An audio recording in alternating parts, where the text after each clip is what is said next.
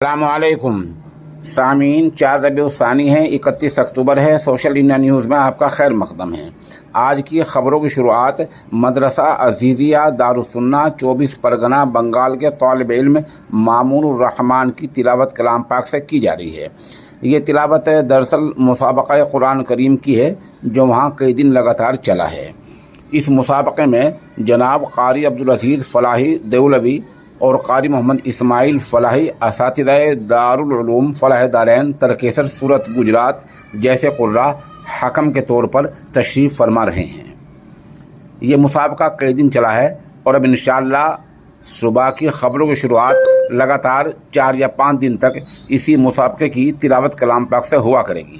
इसके लिए हम मज़ाहिर उलूम के उस्ताद जनाब कारी मसूद फ़लाही मज़ाहिरी के निहायत ही शुक्रगुज़ार हैं।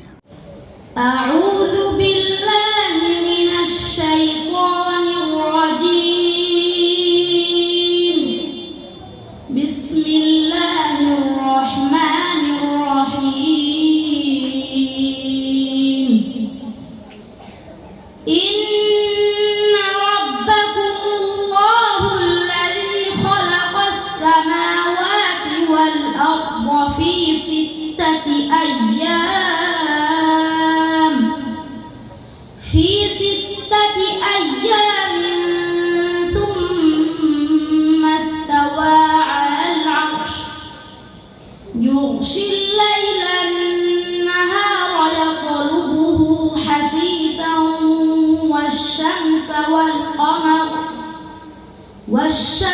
والقمر والنجوم مسخرات بأمره ألا له الخلق والأمر تبارك الله رب العالمين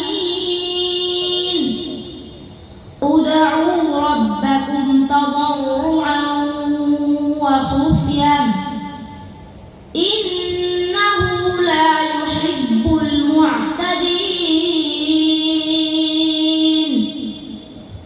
ولا تفسدوا في الأرض بعد إصلاحها وادعوه خوفا وطمعا إن رحمة الله قريب من المحسنين